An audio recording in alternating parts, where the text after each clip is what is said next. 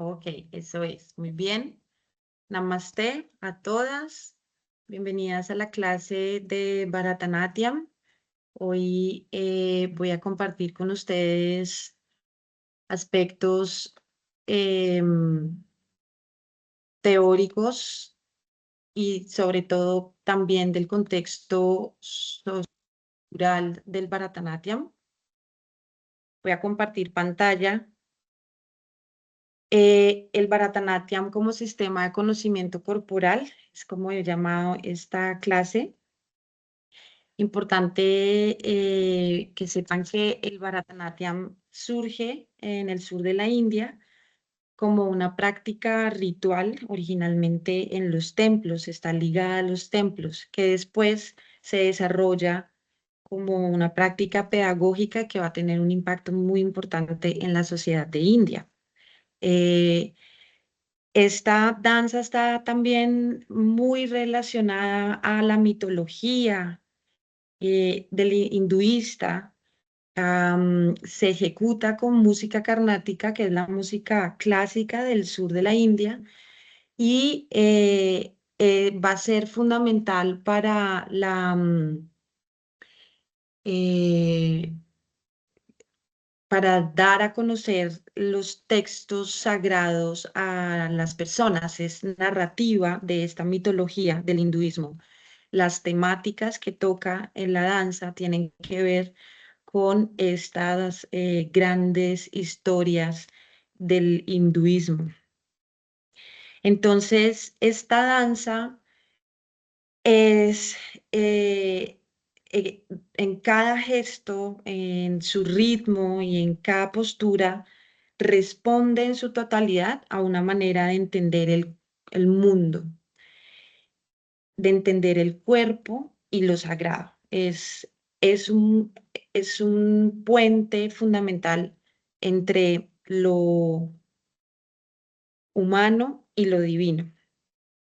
Y es una danza que está profundamente ligada al contexto cultural y es muy importante comprender ese vínculo porque esto nos permite llevar una práctica que tenga sentido, que tenga profundidad y que nos permita tener más coherencia en ese sentido. Entonces, vamos a atravesar ciertos hitos iniciando por este aspecto sociocultural e histórico, también porque pues varias de las chicas que están acá, que son alumnas, eh, que han comenzado, incluso algunas que llevan un tiempo, pues todavía no hemos tenido este espacio y creo que es fundamental poder tener todo este panorama. Entonces, el primer vestigio o el origen inicial del Bharatanatyam está en el Natya Shastras, lo cual se remonta a 2500 años antes de Cristo. El Natya Shastra es el tratado escénico más antiguo que existe en India, data del año 200 antes de Cristo, escrito por un sabio reconocido por recopilar en el Natya Shastra. El sabio se llama Bharata Muni. Él recoge en el Natya Shastra desde una perspectiva también mística, ¿no? Mitológica, muy importante, la danza, la música, el teatro, la expresión del rostro y de las manos, y las empieza a codificar.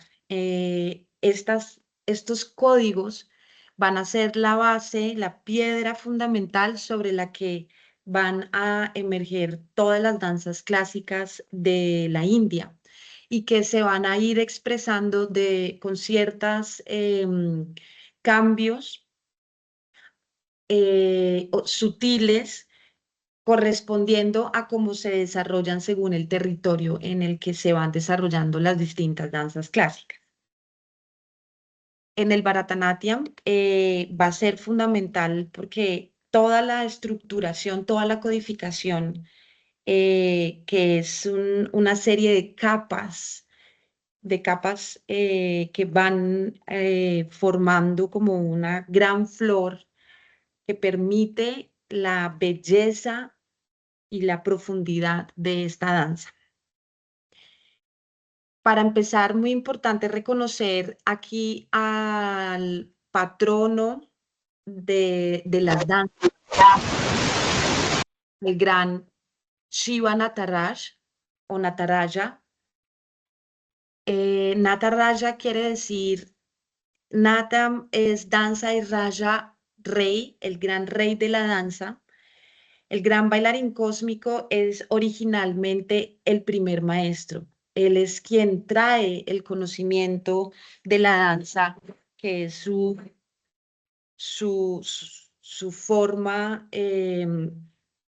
de habitar el cosmos, de cómo comprendemos la transformación del cosmos es a través de su danza.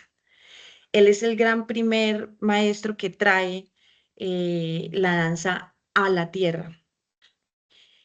Quiero contarles un poquito sobre la simbología de Nataraj, que me parece muy importante que la tengamos, que la conozcamos. Como pueden ver, él está aquí envuelto en un círculo de fuego que hace alusión en este círculo, esta unidad en movimiento, ¿no? Como que este fuego es el universo mismo en movimiento, es el, el- la con- este flujo de nacimiento, vida y transformación, ¿no?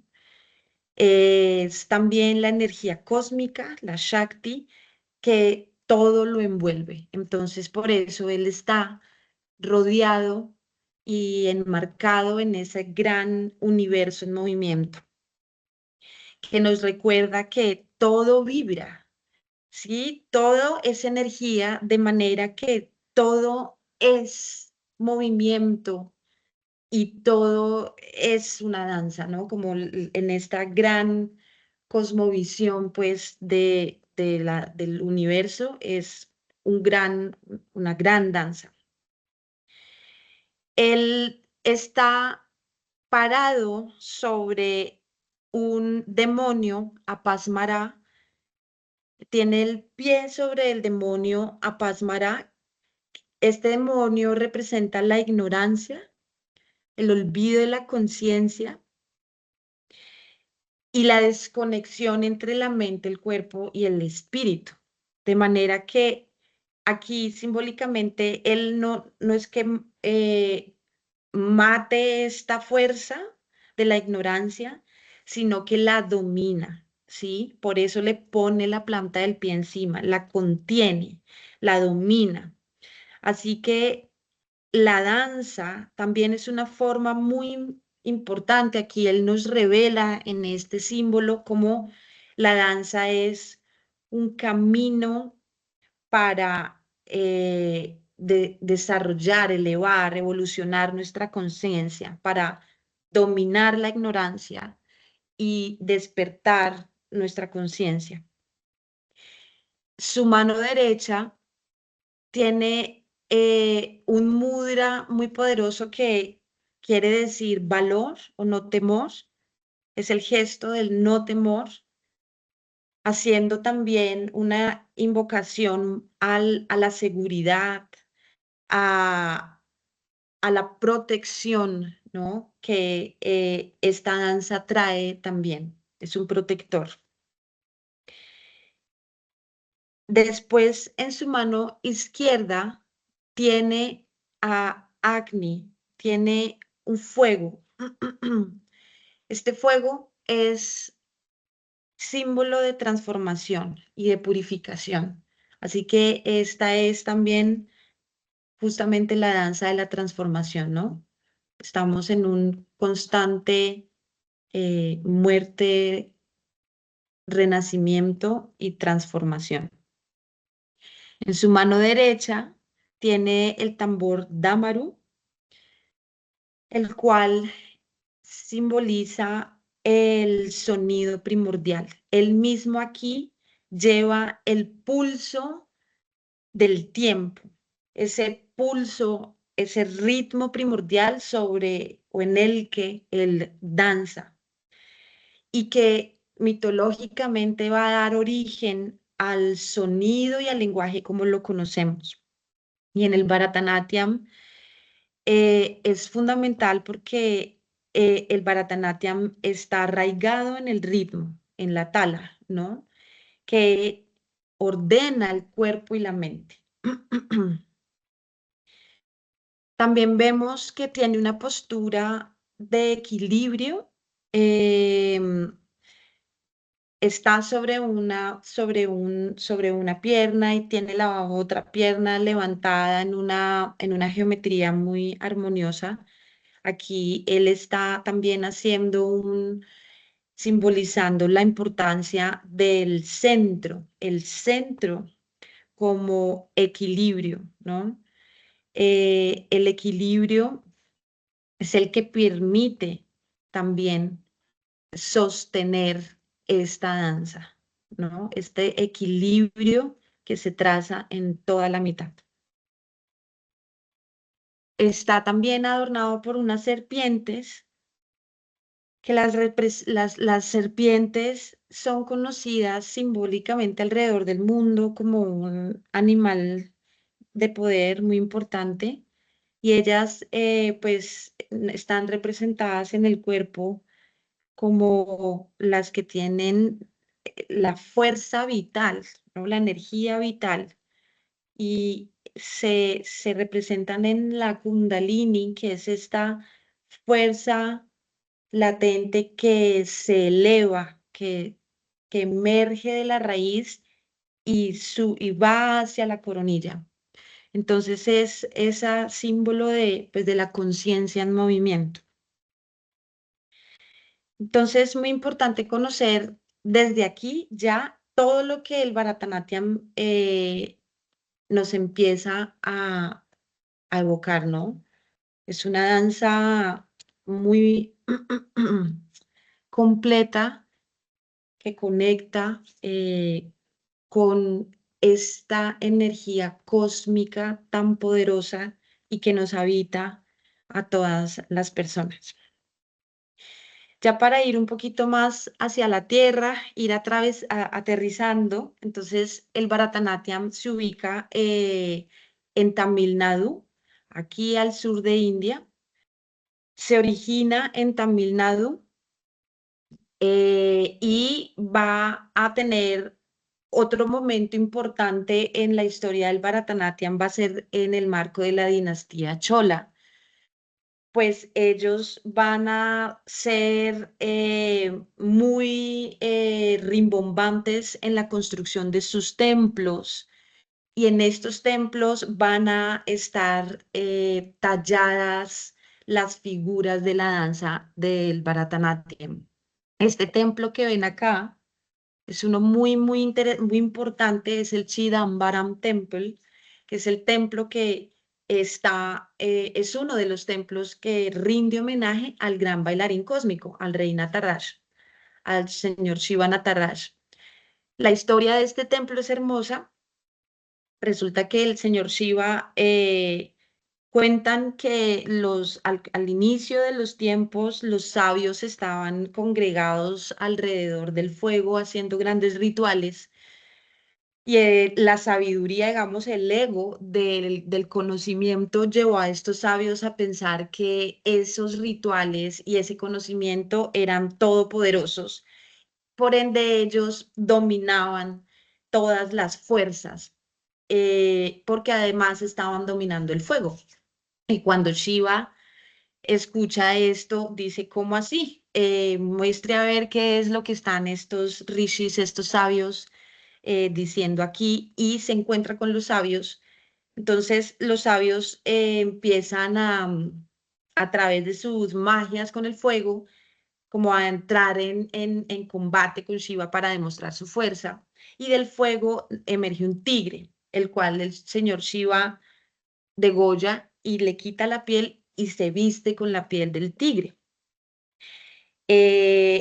Los sabios entonces, viendo que se vence el tigre, le van a sacar una gran serpiente, y el señor Shiva coge la serpiente y se la amarra al cuello y se la pone eh, como un adorno, ¿no?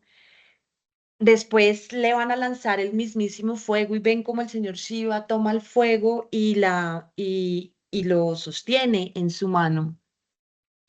Y por último es que va a emerger de ese fuego, esta es una, pues, uno de los distintos cuentos que hay, ¿no? Hay bastantes tipos de historias al respecto.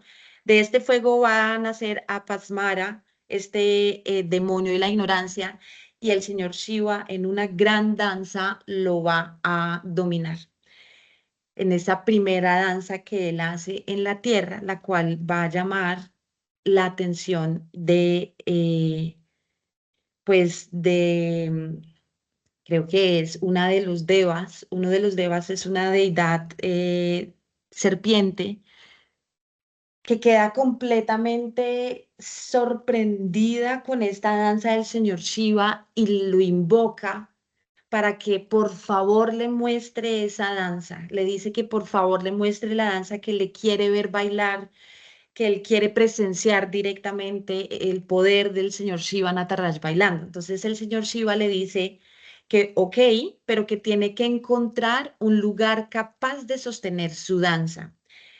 Y ese lugar se cuenta que es donde se construyó este gran templo de Shidambaram. Por eso tiene una energía muy potente porque es el templo que sostuvo la danza del señor Nataraj y donde queda la danza del señor Nataraj. También es muy conocido porque tiene tallado los 108 karanas, que son unas posturas, las posturas congeladas, digamos, que se ven en el Bharatanatyam. La dinastía Chola va a ser muy importante. La dinastía Chola va a estar, hay ciertos datos de ella desde el siglo III, pero el auge de la dinastía Chola va a estar sobre todo entre el siglo IX y siglo XII. Los Cholas van a desarrollar una inteligencia de gobierno muy potente a través de poner impuestos portuarios, porque ellos están ubicados en un puerto, de establecer un sistema económico de aporte a la nobleza, que va a hacer de esto una sociedad muy estable, ¿sí? Entonces, gracias a esta estabilidad económica, va a haber un auge muy fuerte cultural y, bueno, que tiene una amplia, aborda muchos aspectos del arte, como el arte plástico, la literatura, por supuesto, la arquitectura, pero para este caso van a ser muy importantes porque la dinastía Chola a estar los reyes, los rayás, que van a darle van a darle continuidad y van a empoderar el sistema de Badasi. Las Devadasis son fundamentales en la historia del Bharatanatyam porque el sistema de Devadasi, que fue un sistema de como un tipo de casta distinto, va a ser de mujeres que generación tras generación se entregan a los templos para aprender las prácticas de la sabiduría de las artes y hacer los rituales de los servicios de los templos, como se hacían en esa época. Deva quiere decir deidad y dasi, servidora. Entonces, las devadasis van a ser las servidoras de los dioses. Por supuesto, ellas van a tener el patronaje de los rayas del imperio Chola principalmente, quienes les van a empezar, ahí es que empieza toda esta eh, construcción de la estética de la bailarina, con unos trajes muy finos, coloridos, con una joyería que exalta la belleza de la bailarina y que conecta o emula o quiere acercarse a la belleza de las diosas.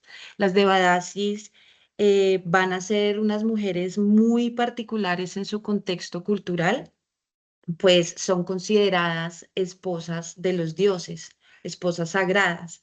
Así que ellas no se casaban con ningún hombre porque tenían ese estatus de esposas sagradas y era directamente relacionadas al templo en el que crecían, se formaban y dedicaban su vida a la adoración, pues, ¿no? De este templo. Con el tiempo, también este movimiento va a empezar a moverse hacia las cortes y las devadasis van a ser quienes acompañen los ritos importantes en las cortes, porque entonces aquí ya empezamos a ver cómo sale del templo la danza y se sitúa en un espacio distinto al templo, pero todavía conservando su naturaleza ritual. Estas mujeres van a ser fundamentales porque en su cuerpo se integra el conocimiento de la danza, la codificación de los movimientos que son guiados por los Natubanars. Los Natubanars también son una familia, son familias de largo aliento, de tradiciones de largo aliento, de hombres y principalmente que conocen toda la rítmica de la danza y a partir de ahí estructuran la danza en el cuerpo. Hoy en día el Natubanar o el Natubangan es fundamental en la danza y la forma de pedagogía está basada en ese sistema que es el tálamo. El tálamo es un palito que está haciendo ta, ta, ta, te, te, ti, ti, te, y que a través de ese sonido se está impartiendo pues la estructura hacia el cuerpo. Así como en la clase lo tomamos, es como los natubanas empiezan a transferir o a sostener este conocimiento y empieza ahí Hola. también vemos cómo, cómo es que se desarrolla la metodología pedagógica del Bharatanatyam, la cual se inicia pues en entrenar el oído con este tálamo para fortalecer la precisión y después engalanar la danza con la búsqueda de una perfección estética para por último ya hacer la danza acompañados de la música. Los Natubanas van a ser eh, y las Devadasis son los que van a fundamentar el concepto Guru Sesha, que es primordial para la conservación de la tradición del Bharatanatyam. Guru Shesha es el cordón umbilical por el que se transfiere la información entre maestra y discípula. Y es gracias a este concepto y a esta forma que llaman también parampara, la tradición, que durante todos estos siglos y a pesar de lo que ha pasado en la historia, se ha podido conservar la práctica, la estética, ¿no? Toda la gramática también de la danza en el tiempo. Después, otro momento muy importante es a mediados del siglo XVIII, un poquito antes de que llegue o empezando también, ay carambas, a llegar la colonia inglesa, eh, siglo XIX, perdón, del siglo XIX, van a aparecer los hermanos Tanjore. Los hermanos Tanjore son de Tanjavur. Tanjavur fue una de las capitales del Tamil, principales de la dinastía Chola.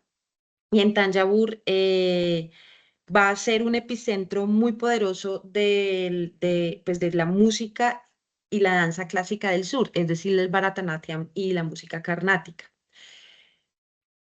Los hermanos Tanyores son hijos justamente de un Natubanar, como les contaba anteriormente, los Natubanar son muy importantes y estos hermanos van a coger el conocimiento de la danza, la estructura de la danza, la van a dar en lo que llamamos Margam.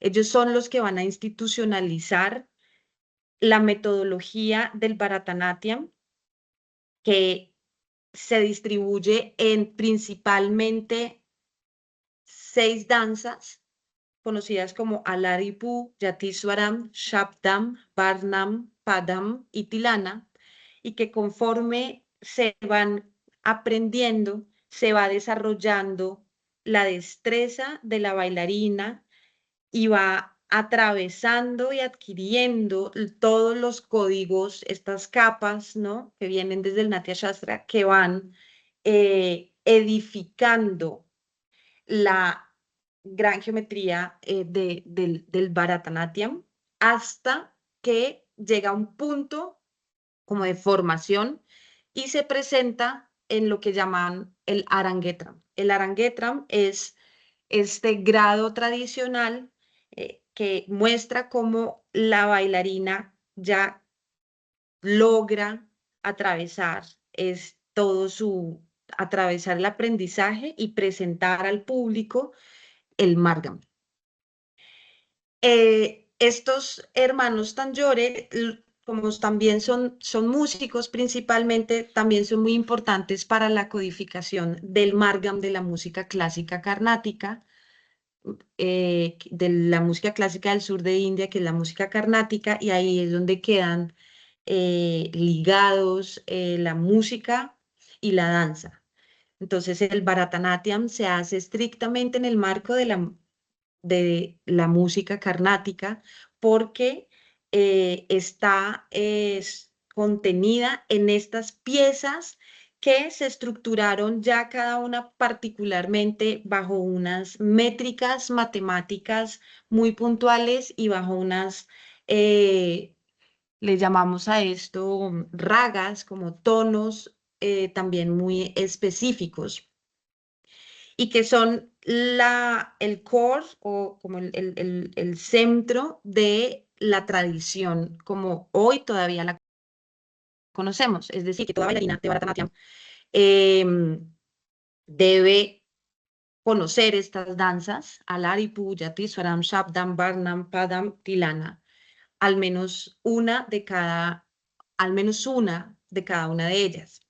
Y estas empiezan a diversificarse según también las líneas de enseñanza.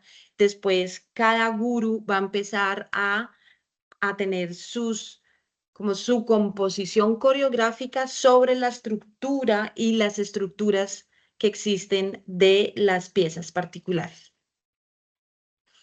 Bueno, espero estarme haciendo entender. Por supuesto, hay un montón de información y es tan complejo esto pues, que abarcarlo todo es difícil, pero aquí vamos con este contexto general. Entonces, después de los hermanos Tanjore, va a venir la colonia de la India, perdón, británica, a la cual no le hice foto ni nada, como vamos a pasar muy rápido por ahí. Va a llegar la colonia británica para mediados del siglo XIX y con su mirada externa va a perseguir las prácticas de danza y las prácticas culturales que habían en India. La colonia va a hacer una propaganda en detrimento de estas prácticas, llevando a el decaimiento del sistema de Badasi, el cual va a venirse a menos y va a terminar siendo juzgado y alegado de ser más bien un sistema de trata de blancas y prostitución, y va a perseguir a las personas que practicaban la danza, de manera que todos los Natuanas, las Devadasis y toda esta escena de la danza se tiene que esconder y se tiene que sí, meter bajo la tierra porque no va a estar permitido que se ejecuten estas prácticas durante un buen tiempo. Este va a ser una época oscura para para la India en general y por supuesto para la danza, la cual va a tener un revival a partir de los años 20 del siglo XX. Empieza a gestarse el movimiento independista de la independencia, ¿no? Liderado por Mahatma Gandhi. Y en este movimiento, que justamente viene pues de estas eminencias o de estos intelectuales que tienen la oportunidad de viajar a Occidente y traen un pensamiento que también es occidental y empiezan a fraguar cómo liberarse pues de esta opresión. Entonces, todo esto va a empezar lo que conocemos como el revival de las danzas clásicas. Aquí en esta diapositiva encontré este fragmento del Indian Republic, que es un periódico de la India. Este es del 21 de octubre de 1949, que muestra después de la independencia cómo es que empiezan a hacerle propaganda muy fuerte a las danzas. Este dice danza, danza, danza, danzas clásicas, danzas orientales, danzas de todo tipo. Esa es la rabia de la hora, esa es la moda de la élite y la atracción principal de las salas de entretenimiento. En las ciudades, los pueblos y las villas, a donde quiera que vayas, escucharás el gling gling de los cascabeles en los tiernos pies de niñas y niños practicantes. Entonces, aquí entramos a hablar de estas dos personas que son muy importantes en el movimiento de la revitalización del Bharatanatyam. Está el señor I. Krishna Iyer, que va a ser uno de estos políticos activistas por la recuperación de las prácticas culturales de la India y quienes empiezan a ver la fuerza y la potencia que tiene la cultura como un plan político de restauración de la identidad de la India. Fundamental también porque en India todo está contenido en este concepto de unidad, de manera que lo sagrado, lo espiritual y lo ritual, que es tan fuerte en India, está tejido inquebrantablemente con las artes, ¿no? Entonces, para poder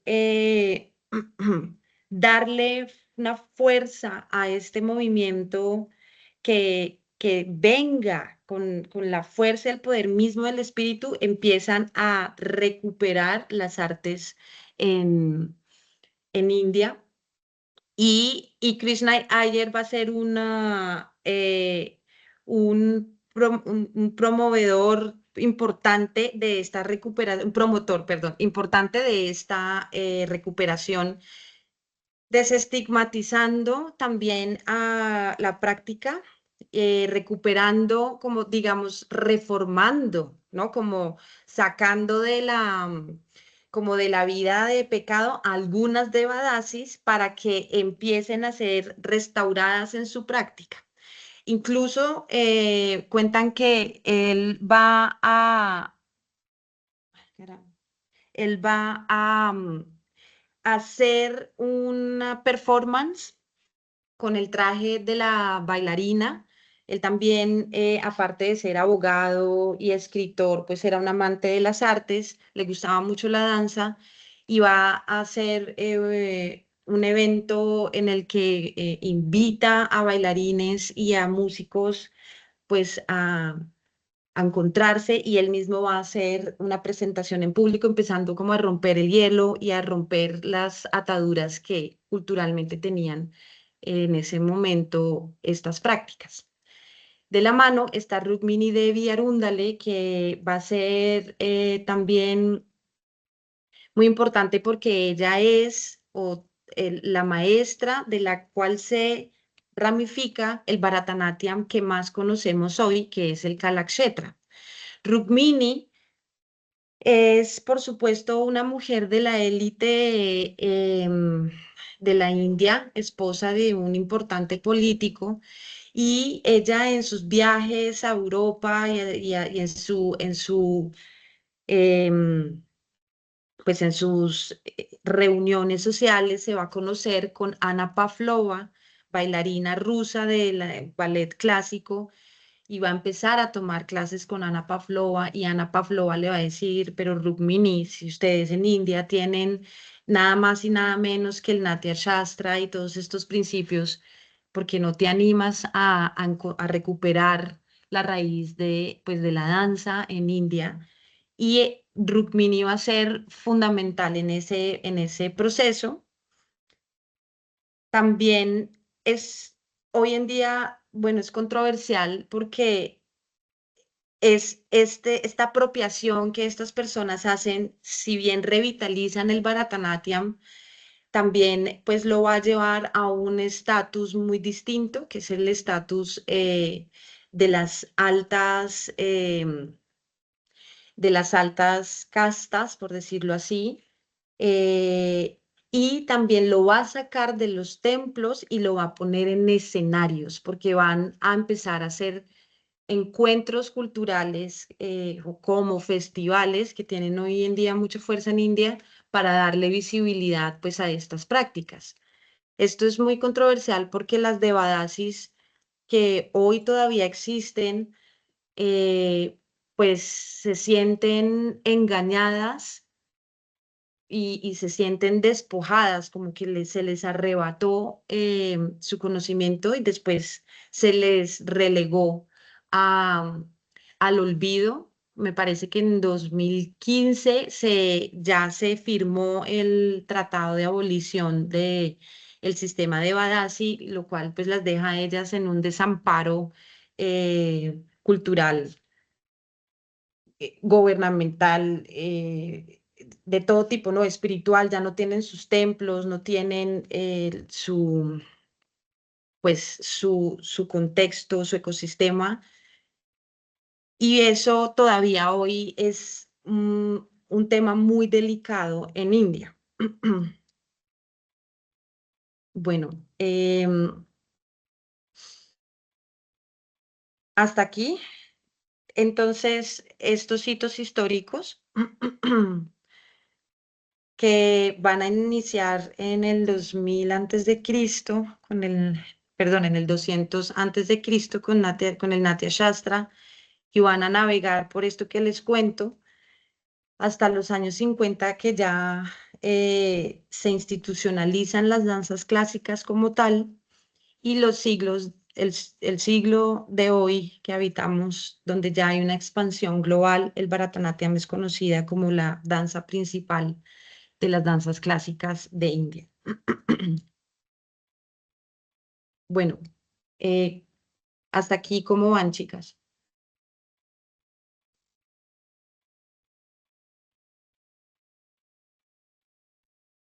Hola, ¿me escuchan? Excelente, vamos muy bien.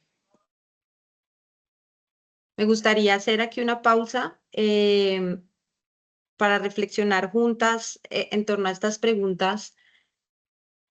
em, y es cómo ven ustedes que una danza puede cumplir una función espiritual y social a la vez,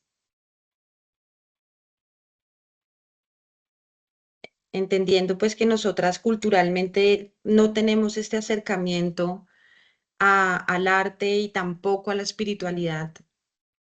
¿Cómo ven ustedes esto?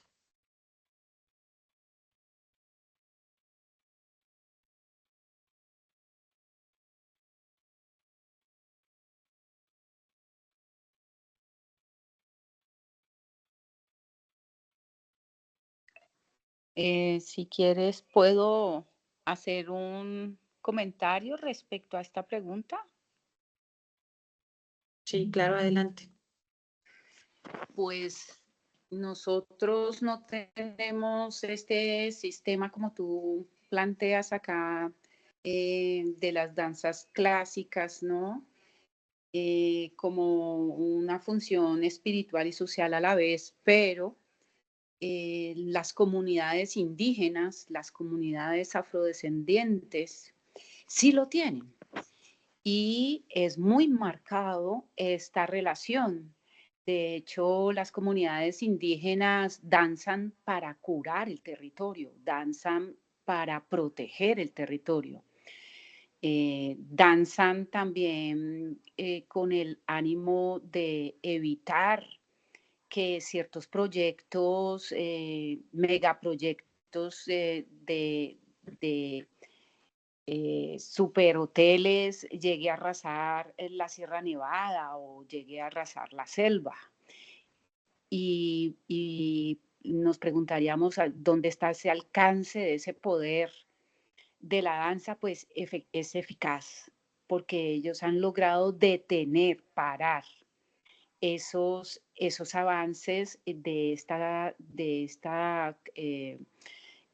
capitalismo caníbal que lo quiere devorar todo y convertirlo en una moneda contante y sonante. Entonces, esta es una de las funciones principales que tienen las danzas indígenas en nuestro territorio y por supuesto que las danzas afrodescendientes también tienen una función social muy importante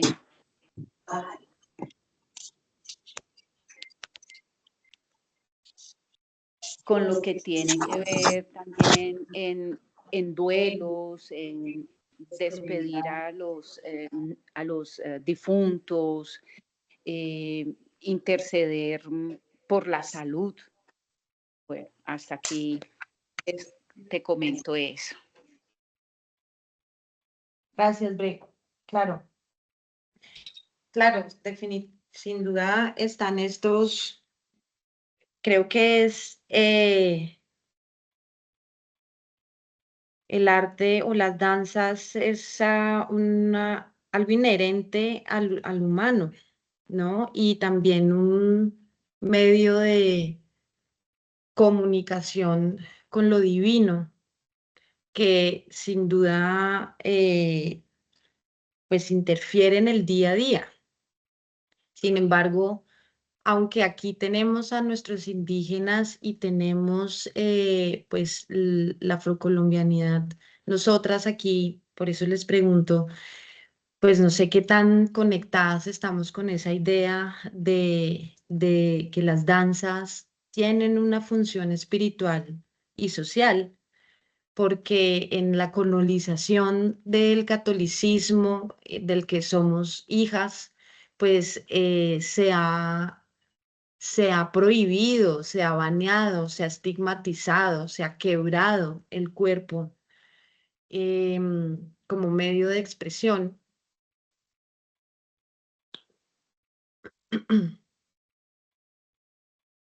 ¿Alguien más quiere hacer una observación o charlar? Abrir romper el hielo un poquito.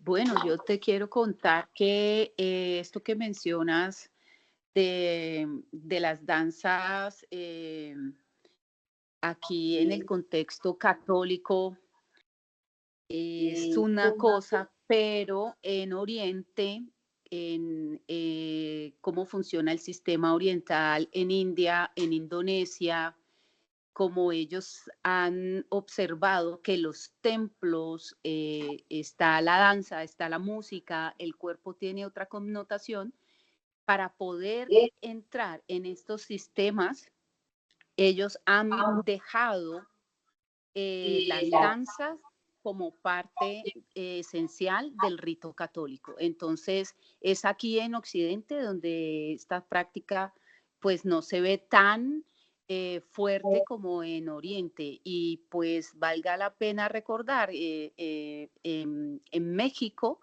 cómo los danzantes mexicanos entraron a una de las grandes basílicas de Guadalupe en presencia de Juan Pablo II, dio bendición precisamente al ingreso del cuerpo y la manifestación de la danza en estos espacios, pero pues que no ha tenido una gran repercusión más allá de estos sucesos como muy puntuales.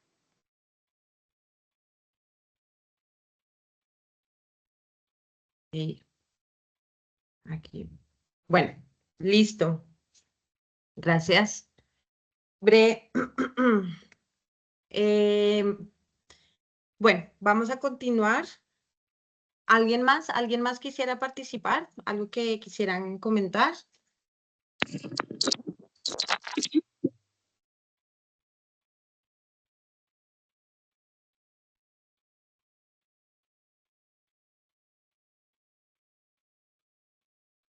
Ok, entonces, para, Sí, para avanzar. Nicole, es que como tú no estás presentando, ¿no ves? Sandra levantó la mano. Ah, por favor, sí. Gracias, Lau. Sandrita, adelante. Hola, buenos días. Buenos días. Pues lo que yo he logrado percibir, pues a través de la práctica que he logrado generar pues a través de ustedes, a través del proceso que ustedes han venido desarrollando, eh, pues es como que hay efectivamente una conexión interna cuando uno está pues desarrollando la danza, ¿sí? Como que hay procesos que internamente se van moviendo. Que pues de alguna manera es como buscar estar enfocado en el presente, en los movimientos, estar activo sí, en el presente efectivamente, y pues creo que ahí está el vínculo espiritual, pero el hecho también de que es una práctica social porque pues no es algo que tú aprendes solo, sino que ahí pues están las maestras que nos van enseñando y que de alguna manera uno pues también va compartiendo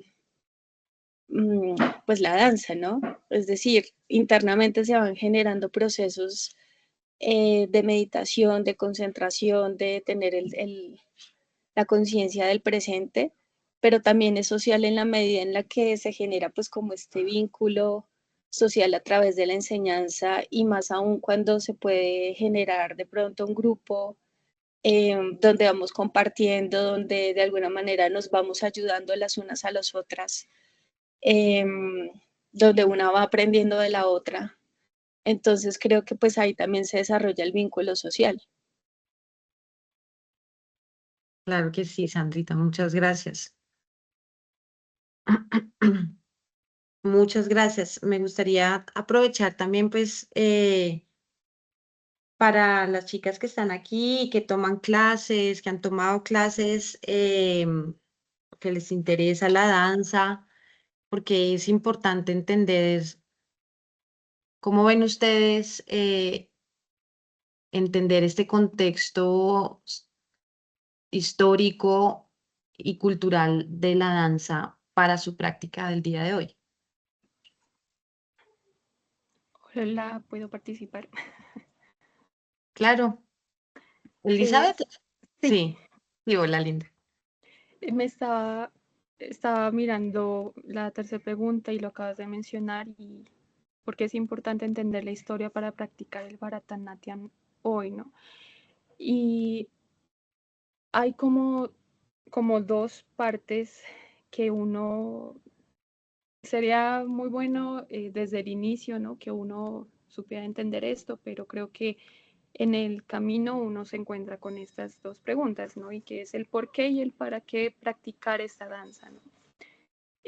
Uno pues para entender o comprender o acercarse a una cultura tan diferente, a unas tradiciones, siempre acercarse como con el respeto, ¿no? Sin desconocer el origen propio, ¿no? Y creo que eso es muy importante de resaltar, ¿no? Que uno mismo se pregunte el por qué danza, el para qué danza y buscar la conexión, así como muchas personas buscamos saber cuáles son nuestros orígenes, qué puedo rescatar de ellos y en ese camino uno va encontrando como este tipo de prácticas, porque al final va más allá de ejecutar una coreografía, sino que muestra todo un contexto, no solamente el histórico de una danza, sino el que uno mismo crea, ¿no? Desde su experiencia y por eso, para lograr esa conexión, creo que es vital entender, acercarse, empaparse y reconocer con ese respeto, pues toda digamos, la línea de origen, todos sus altos, sus bajos, y todo lo que implica, ¿no? Esa transmisión de generación a generación de este conocimiento. Y cómo desde mi punto, desde mi cultura, desde mi cosmovisión, yo puedo conectar con ello, ¿no? Y generar también, aportar mi conocimiento a mi propia danza y manejo del cuerpo y de las emociones, que es muy vital y que se refleja en la ejecución de Bharatanatyam, ¿no? De la expresión, de la narración a través del cuerpo. Ese. Muchas gracias, Elizabeth. ¿Alguien más?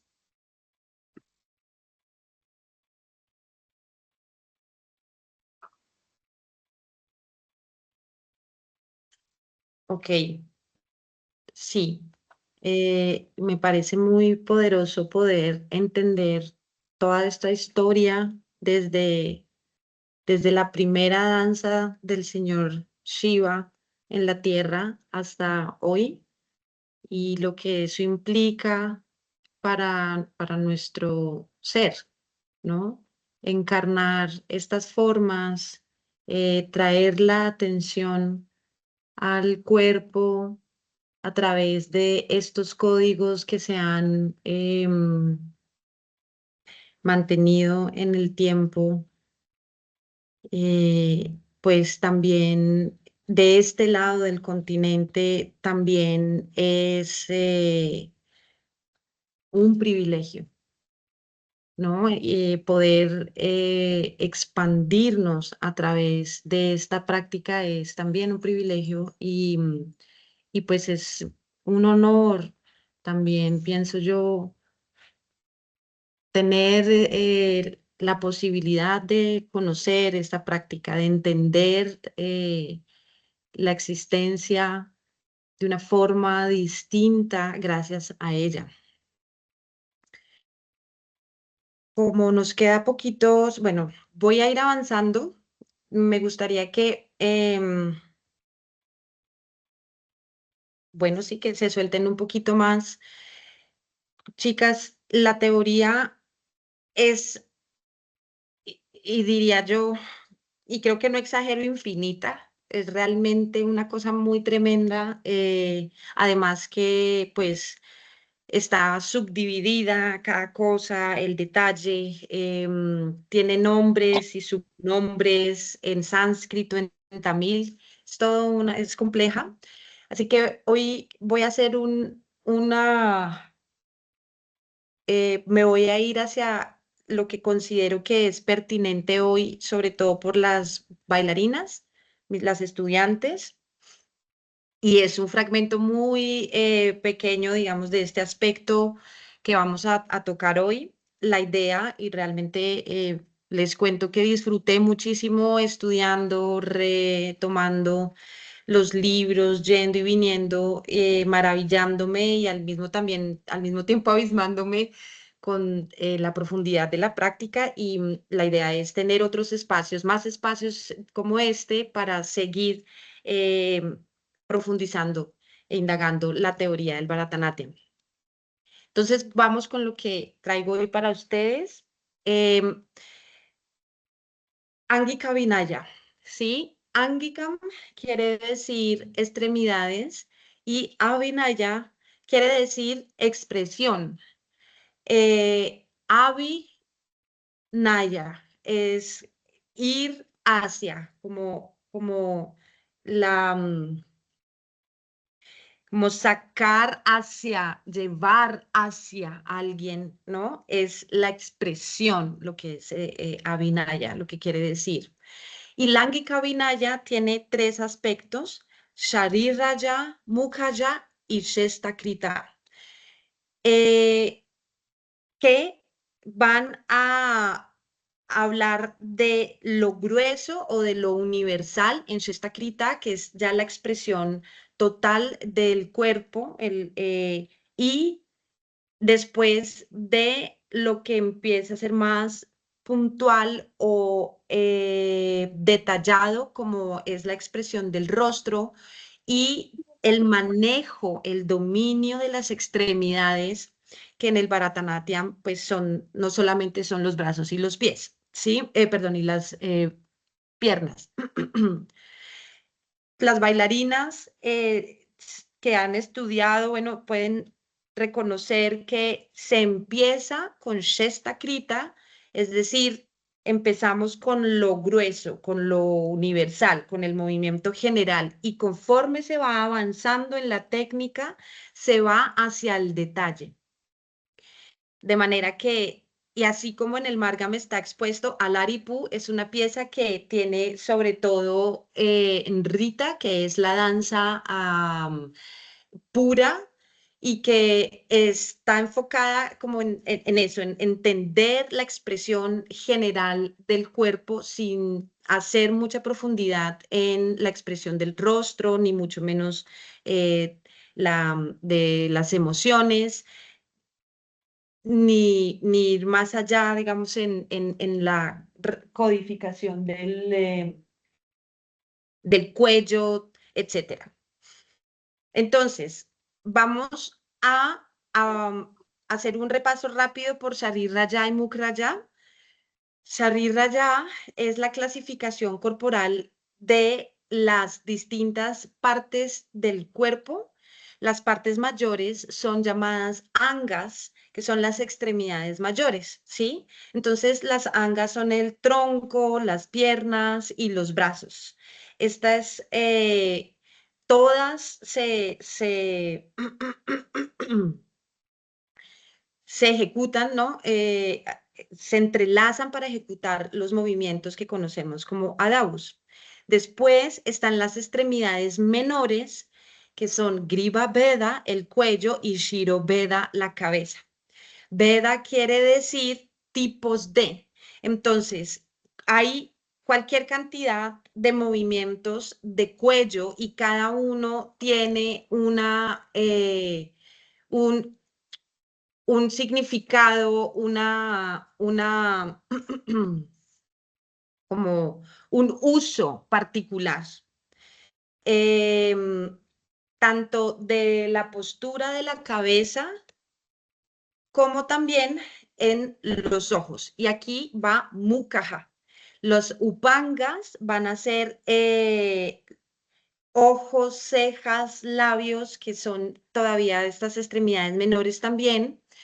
Y van a tener también sus tipos de movimiento. Entonces, Drishti Veda son los tipos de movimientos de la mirada, como cómo se expresa la mirada y los usos que se le da. Al mismo tiempo, los de las cejas, Bru Veda, el de los párpados, Puta Veda, y del glóbulo ocular, Tara Veda. Esto ya es, como les mencionaba más temprano, algo ya más avanzado en la técnica.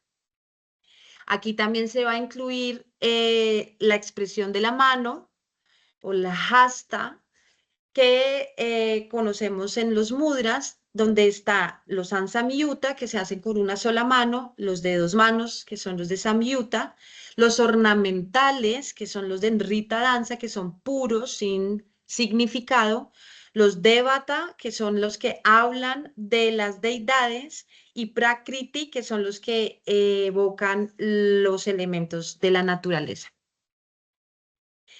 Esto va a devenir en Rasa Bhava, que es la expresión de la emoción, ¿no? Rasa es emoción o sentimiento que es creado cuando Bhava o expresión es determinado por la mente, que es guiada por la mirada, que sigue hasta movimiento de la mano.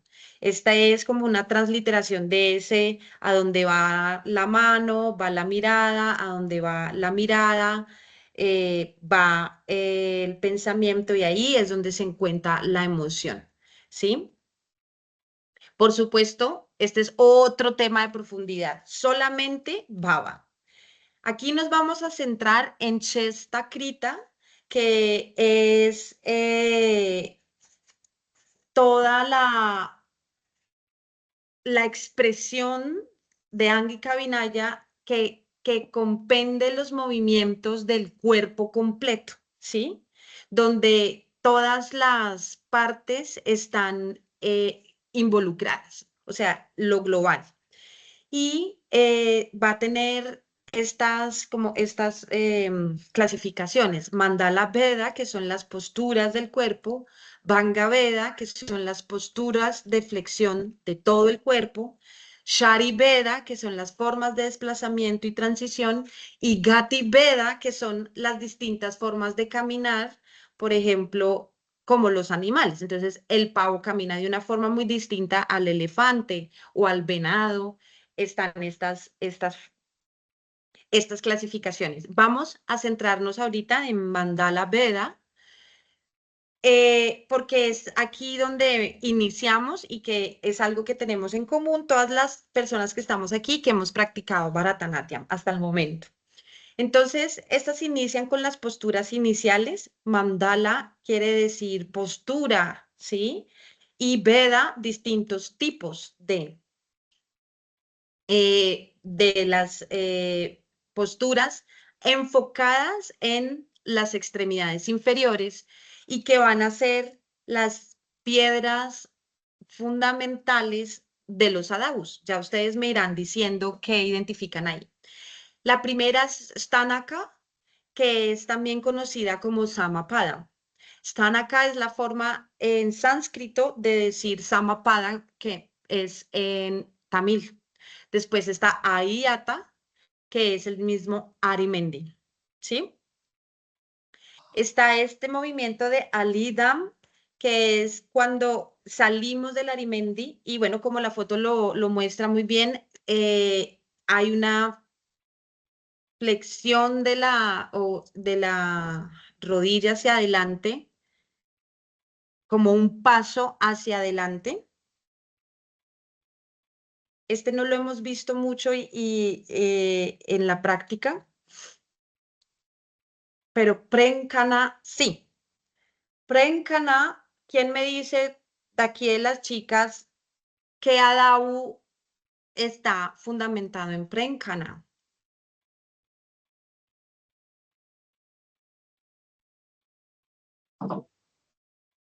Metu Adabu. Natu Adabu, exacto. Natu Adabu. Natu Adabu, ¿sí? Natu Adabu tiene esta postura que sale del Arimendi y posa el talón estirando la pierna, abriendo la diagonal, sí, abriendo el Arimendi con una diagonal y una como un ángulo más cerrado de la pierna. Después está Prerita. ¿En qué Adabu ustedes identifican Prerita? Tatu.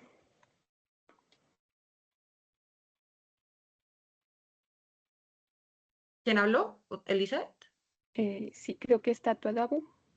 Tata Adabu, exacto, Tatu muy Adabu. bien. En Tata Adabu, ¿en cuál variación?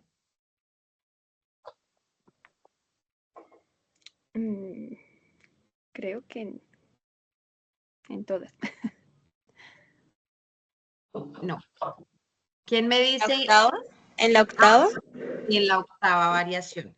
Abrimos a Prerita. Entonces aquí ya la estructura geométrica se abre el Arimendi, ¿cierto?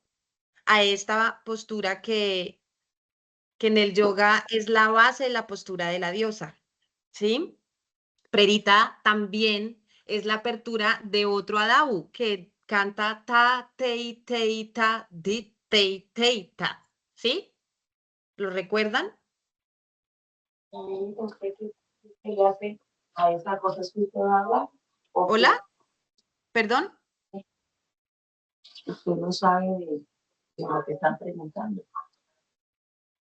Creo que tienen el micrófono abierto por ahí. Bueno, y Isa, me parece. Volvemos, Predita, listo.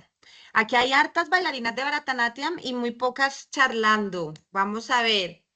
Pratyalida es el mismo lida que vimos, pero del otro lado. Pratya quiere decir el sentido opuesto de lida. Yo sinceramente no identifico ahorita puntualmente el uso de esta mandala Veda, así que no me voy a ir por ahí para no decir cosas fuera de. Pero esvástica es reconocida porque hace el cruce, ¿sí? Ustedes conocen la esvástica, es un símbolo que conocemos, que está en el imaginario colectivo y aquí podemos ver que tiene tres variaciones. La primera no la hemos visto todavía, me parece, pero la segunda y la tercera sí. ¿Qué adabus recuerdan ustedes que tenga esvástica?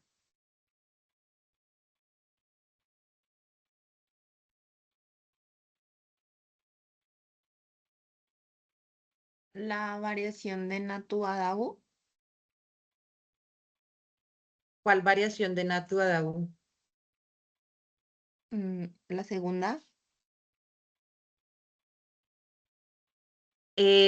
Bueno, sí, hay un Natu Adabu, sí. ¿Quién habla? Es que no las veo, recuerden.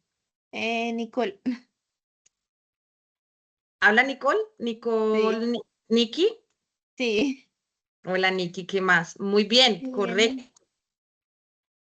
La variación de Natu Adabu tiene esvástica atrás, ¿cierto?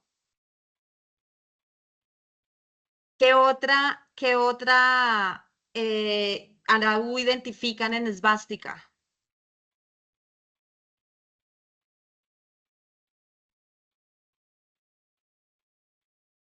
Bueno.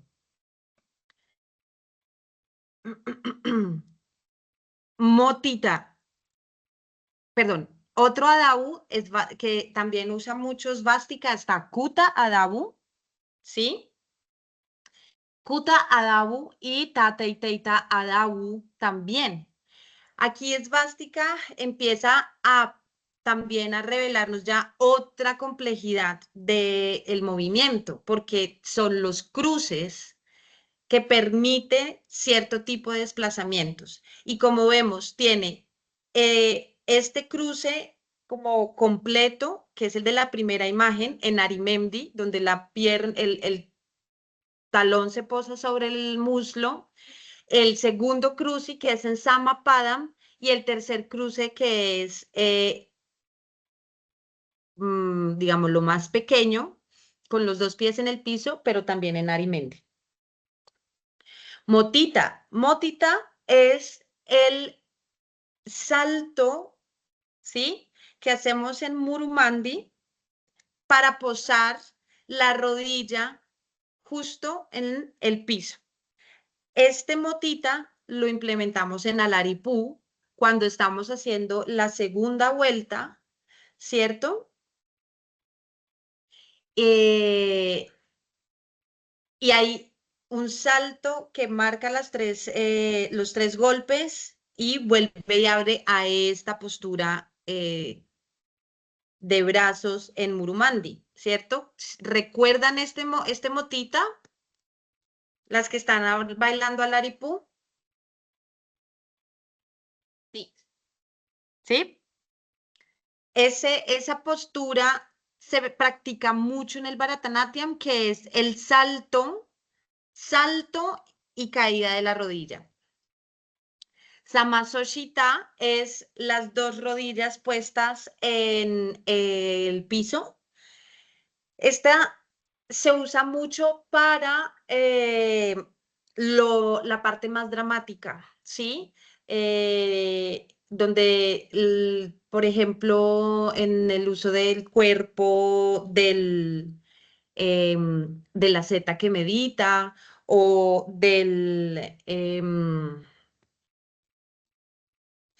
de un personaje, ¿cómo se dice? Del villano que se sienta, ¿sí? Tiene distintos usos. Esta postura es con las dos rodillas abajo. El murumandí cae con las rodillas al piso. No lo hemos visto mucho nosotras todavía. Parsava Sochi es parecido a motita, pero realmente no tiene salto, ¿sí? Es cuando el murumandí baja a la posición al piso, a poner la rodilla en el piso. Una pieza que la usa mucho, por ejemplo, y donde también se puede ver Samasoshita, es en Shabdam. Shabdam es la primera pieza en la que se estudia el drama, la narrativa. Y uno de los más conocidos es este Shabdam del Mahabharat, donde se cuenta la historia de el juego de dados. Todo eso sucede en Parsava Soshit, ¿sí? En esta postura. Entonces, aquí tenemos los Mandala Vedas, que son las posturas iniciales, ¿cierto? Las piedras fundamentales que le van a dar paso a los adavus, ¿sí?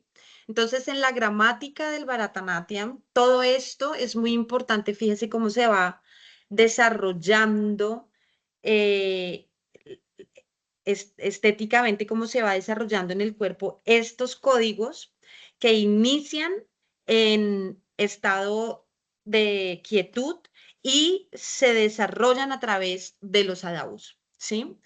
Que son el sistema alfabético del cuerpo, ¿no es cierto? Como donde se contienen pues los patrones de movimiento, los patrones rítmicos y que combinan pies, brazos, torso y mirada. Entonces, aquí están basándonos en estas, como en estos principios, aquí están las posturas básicas de donde salen los distintos adavus. Hay realmente uno podría decir que hay cientos de adavus. Usualmente, aterrizando a la realidad, se hace una práctica más o menos de 60, 80 adavus en las danzas. Y como todo, ¿no? En la psicodelia de India, de lo fractal, está presente en todo.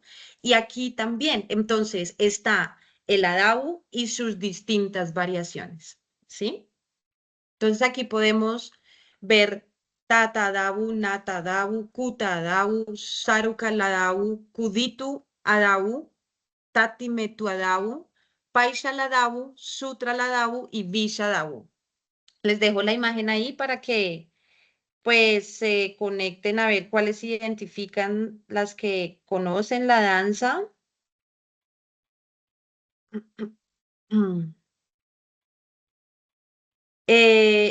Posteriormente pues iremos profundizando más en, en cada uno de los adavus, por ejemplo, y cómo se van ejecutando. Por supuesto, en la práctica la idea es ir, conforme vamos haciendo las danzas del Margam, nos vamos a ir encontrando con las distintas formas de ejecutar estos adavus. Después del adavu, entonces viene la configuración, digamos, como la escritura que el cuerpo hace para la danza. Aquí están estos dos conceptos que son muy importantes, el yati y corvée. Yati hace referencia a lo rítmico, ¿sí? Y el yeti es también ese puente que conecta la música, el mridangam, con la estructura de la danza. Y el medio es el solukatu, que es estructura hablada. Entonces, a través del solukatu, el yeti es muy importante porque a través de él es que se configuran las rítmicas, se transmiten las rítmicas de las danzas, ¿cierto? Y se conecta con la música. Por ejemplo, cuando uno dice ta takayam tarita, dina takayam taritei, ¿cierto? Ese es un yati que nos está dando una pauta rítmica para expresarla con el movimiento. Estudiando, viendo qué es lo que hay en redes ahorita con la internet, se ve muchísimo, como estos Yati Challenge, donde ponen los solucatus y las bailarinas empiezan a hacer sí, la réplica de estos yetis que van tomando complejidad también conforme se va avanzando en las danzas. Es muy importante el momento de la interpretación rítmica.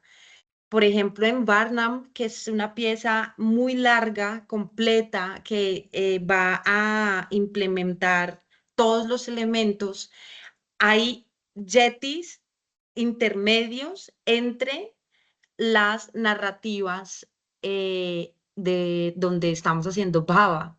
Y los yetis son como el momento en el que se hace un despliegue técnico, virtuoso del ritmo en movimiento, ¿sí? Corvée o Corvée ya va a ser el desarrollo, pero en el cuerpo, y como nosotras vamos a englobar la coreografía, ¿sí? La composición coreográfica en las danzas. Los corvées son muy importantes porque van a ser a ver, ¿cómo explicar esto? Si tenemos todo un párrafo, digamos que el corvée es el capítulo, ¿sí? El capítulo completo de esta gramática que tiene unas reglas matemáticas que se ligan a la tala particular de la danza. Entonces, por ejemplo, Alaripú es Tisrayeti, quiere decir que está en 3 tiempos, de manera que todo el desarrollo matemático de los corvées de Alaripú se hacen en múltiplos de 3, ¿sí? En 3 tiempos, 6 tiempos, 9 tiempos, 12 tiempos. Esa es como la movida, principalmente cuando se está iniciando con Alaripú, por ejemplo, se hace en conteos de 3. Lo que quiero decir es que no es tan usual iniciando saltarse a ciclos de 9 y de 12. Sin embargo, hay Alaripús ya más complejos que sí hacen esos ciclos más largos. Esto es muy importante a la hora de la composición porque rigurosamente toda estructura compositiva del Bharatanatyam tiene que cumplir con estas reglas matemáticas, ¿sí? Entonces, el Corvée es el desarrollo lógico y matemático, ¿cierto? Que además va pues a plasmarse en el espacio y por eso pues es todo el capítulo que llamamos la coreografía.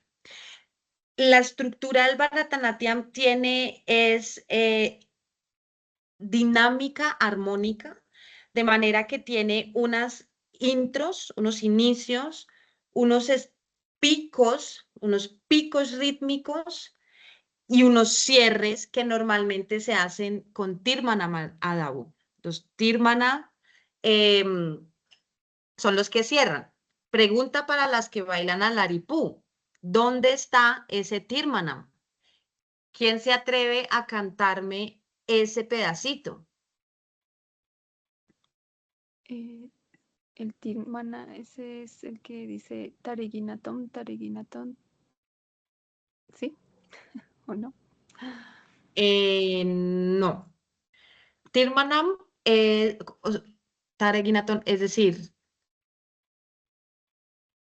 Tirmanam es una estructura matemática de 3 que se expresa casi siempre con la consecución del 1, el 2 y el 3, ¿sí? Tei, tiri, tei, tei, tei, tiri, tei, tei, tei, tei, tiri, tei.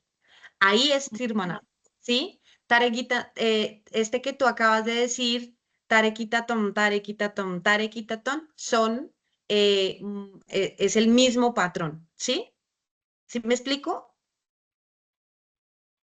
Bueno, ahí comprendo algo. Porque el Tirmana es 1, diditei, dos, entonces 1 diditei, 1, 2 diditei, 1, 2, 3 diditei. ¿Ves? Está el 1 y consecutivamente se expresa el 2 y el 3. Por eso es Tirmanam. ¿Sí? De manera que no es solo un golpe, sino esta estructura que te acabo de contar. ¿Eso aclara un poquito, Eli? Sí, por allí ya. Por ahí te vas ubicando. Nikki, Fernanda, Lau, las que recuerdo que están por Sandrita, o Nikki y Fernanda que ya han llegado hasta ese punto, ¿dónde está el Tirmanam?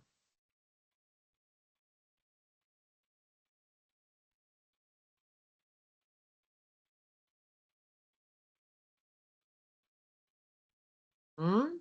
Bueno, entonces, para identificarlo dentro del Alaripú, cuando ya viene el crescendo de la ola, estamos en este canto, diruta, dirutei, diruta, dirutei, diruta, dirutei, diruta, dirutei, diruta, dirutei, diruta, dirutei, diruta, dirutei, diruta, dirutei, diruta, dirutei, diruta, dirutei, ta, takajam, tarita, dina takajam, taritei, tei, diritei, tei, tei, diritei, tei, tei, tei, diritei, dinutaka, dinutaka, dinutaka, dinutaka, ¿sí? Este fue el momento, como el rush, la subida, culmen, en que la bailarina hace como un despliegue rítmico, abayazador para cerrar con este sello que es uno de los más complejos y que contiene pues esta secuencia rítmica de 3. ¿Sí? Hasta aquí, chicas, ¿me siguen? Sí. Perfecto. Entonces, para recoger, como lo visto hoy, este barrido de clase por el contexto sociocultural. Recordar que el Bharatanatyam nace en el Tamil Nadu. Sus nombres tempranos fueron Devasyatam, la danza de las Devadasis, y después adoptó el nombre de Sadir Atam. Y es en la revitalización en la época del siglo XX que se llama Bharatanatyam, adopta el nombre de Bharatanatyam. El estilo musical con el que se ejecuta es la música carnática. Los instrumentos son mridangam, talam, violín y flauta. Hay otro aspecto que es muy importante, que es todo el tema musical de tono y ritmo, que da todo completo para una sola clase, no una clase, sino como un énfasis, y que está conectado con la música carnática, por supuesto. Las lenguas en las que se cantan los ítems son casi siempre en sánscrito y tamil, pero también telugu y hindi. Hay una gran variedad de compositores de estas poemas que son narrados en el Bharatanatyam. Están pues los Tanjore, los hermanos Tanjore, Hayadeva, que es un poeta muy conocido por el Gita Govinda, ay caramba, y otros que van a ser pues también fundamentales porque estas composiciones llevan años repitiéndose con las variaciones que traen pues cada una de los banis o líneas de maestros. Va a haber, uy, aquí veo que un momento importante para el desarrollo de la narrativa en el Bharatanatyam vuelve a ser en la época de los Chola, con el nacimiento de la poesía tamil que tiene un carácter devocional. Ahí me disculpan que escribí Bhakti con J, pero es con K y es la poesía Bhakti, que es todo este carácter pues de entrega, de oración, sagrado, ¿no? De devoción a las deidades y a las historias en torno a estas deidades o a estos personajes mitológicos. Hay tres estilos fundamentales del Bharatanatyam. Uno de ellos, que si no estoy mal ahorita, es el Pandanalur, va a ser origen de otro estilo que después se va a convertir también en clásico, que es el Kuchipudi. Estos estilos, como hoy los conocemos y los nombramos, responden a los últimos Natubanars que conocimos o que conoció que en la historia pues quedaron registrados, ¿sí? Y que son con quienes Rukmini va a revitalizar y a beber de estos natuanas que corresponden a distintas líneas, ¿sí? De codificación, pero en el Bharatanatyam. La más pura y la que es reconocida como la principal es la línea Tanjavur, porque es la originaria pues de Tanjavur, que es este distrito fundamental en el que se va a desarrollar todo este movimiento y que es la línea que he aprendido con mi maestra Guruji, con Guruji. Guruji es tal vez tercera generación o cuarta generación del último Natuanar del Bani de Tanjavur, ¿sí? Está Pandanalur y Vasubur, que no son ya tan conocidas, se han perdido porque Kalakshetra, que es la línea más moderna y que contradictoriamente es como la más cerrada, digamos, son muy ortodoxas ellas pues en la formación, es la que va a instaurar el Rukmini Devi con su Academia Kalakshetra y es la que más se conoce en el mundo. O sea, cuando vamos a YouTube y vemos videos, en gran porcentaje, diría yo un 90%, es ese estilo Kalakshetra. El debut final es el Arangetram y el símbolo en el escenario y el patrono del Bharatanatyam es Nataraj. Aquí entonces está Guruji, mi maestra,